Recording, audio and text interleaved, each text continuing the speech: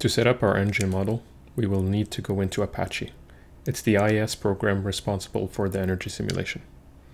Let's start by giving our walls and windows their U values. Go to Project Constructions from the top, and from here we can custom create our construction thermal properties, which we can later assign to our walls, roofs, and windows. In this window, you could see at the bottom a few tabs for editing external walls, windows, roofs, even internal partitions. Let's do an external window.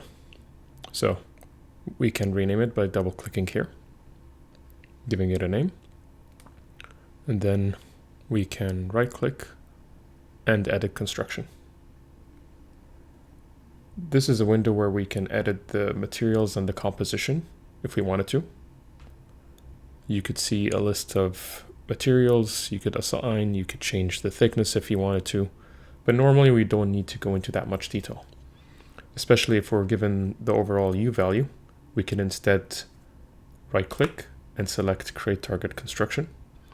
And this allows us to input our target U value without having to make any further changes.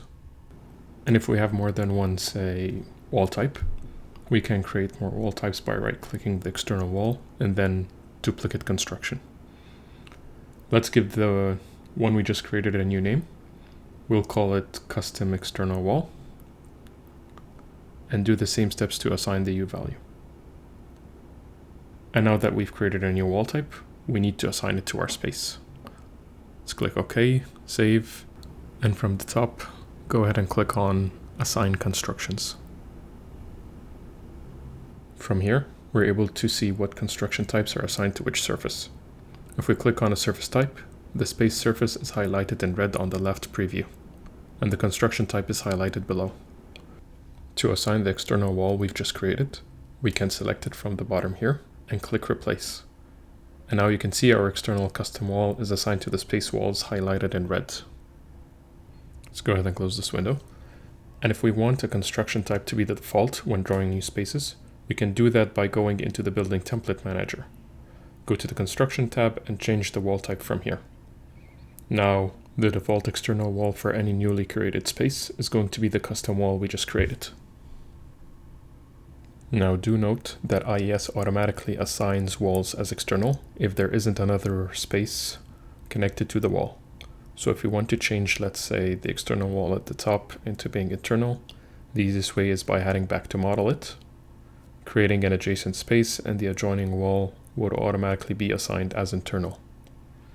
You can change the space type to void and it will act as an air-conditioned space, or leave it as a room if you want to assign a specific temperature. The idea here is when we run the energy model, that wall won't be considered as a perimeter wall and won't have any thermal or solar transmission. So let's go back into Apache and the project constructions. And now if we go to internal partitions, we can see that our north-facing wall is highlighted. And because we assigned our newly created external wall construction type to the Building Template Manager, we can go back, click on the newly created spaces, and reopen Project Constructions to see that our custom external wall is assigned to our new walls. The next step is assigning loads to our space. Open the Building Template Manager from here, Thermal, and we'll go over these tabs one by one. For our system, there's App HVAC, which is IES's new modeling tool that analyzes the heating, cooling, and ventilation systems separately.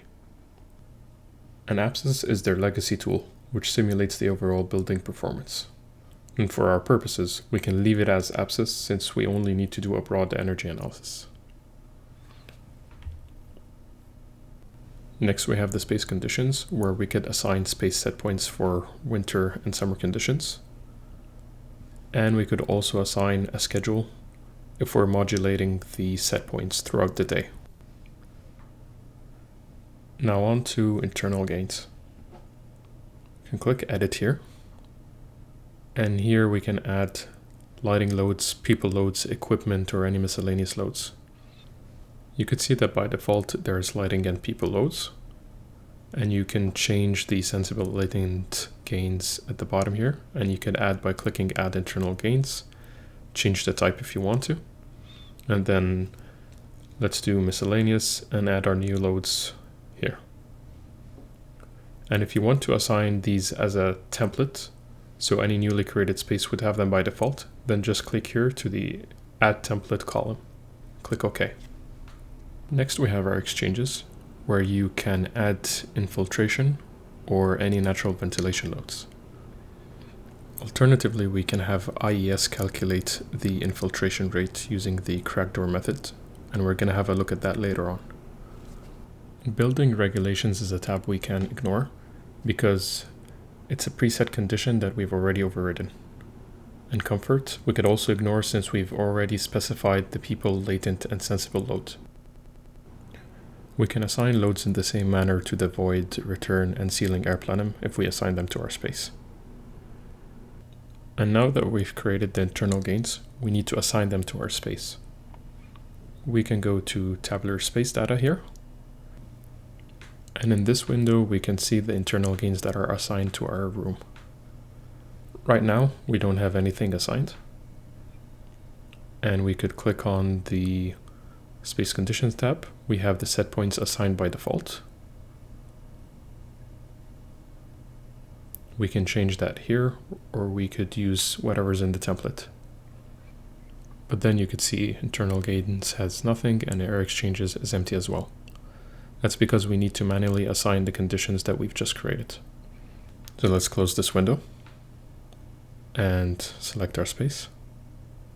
And from the top here, there's the query option, where we could go to System, Space Condition, Internal Gains, and see what's assigned.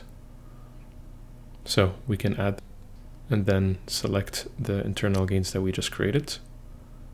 Same for the air exchange.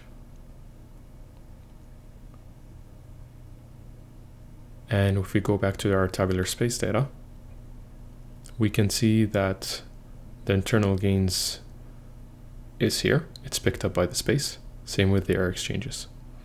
And we can manually edit this data here or back from the query.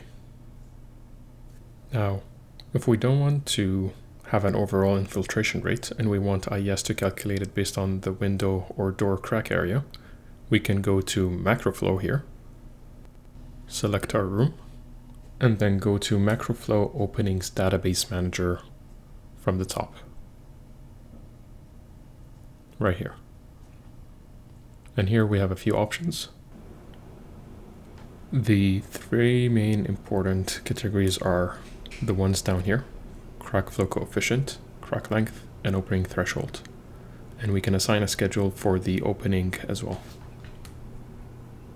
And now we're ready to start adding components into our model.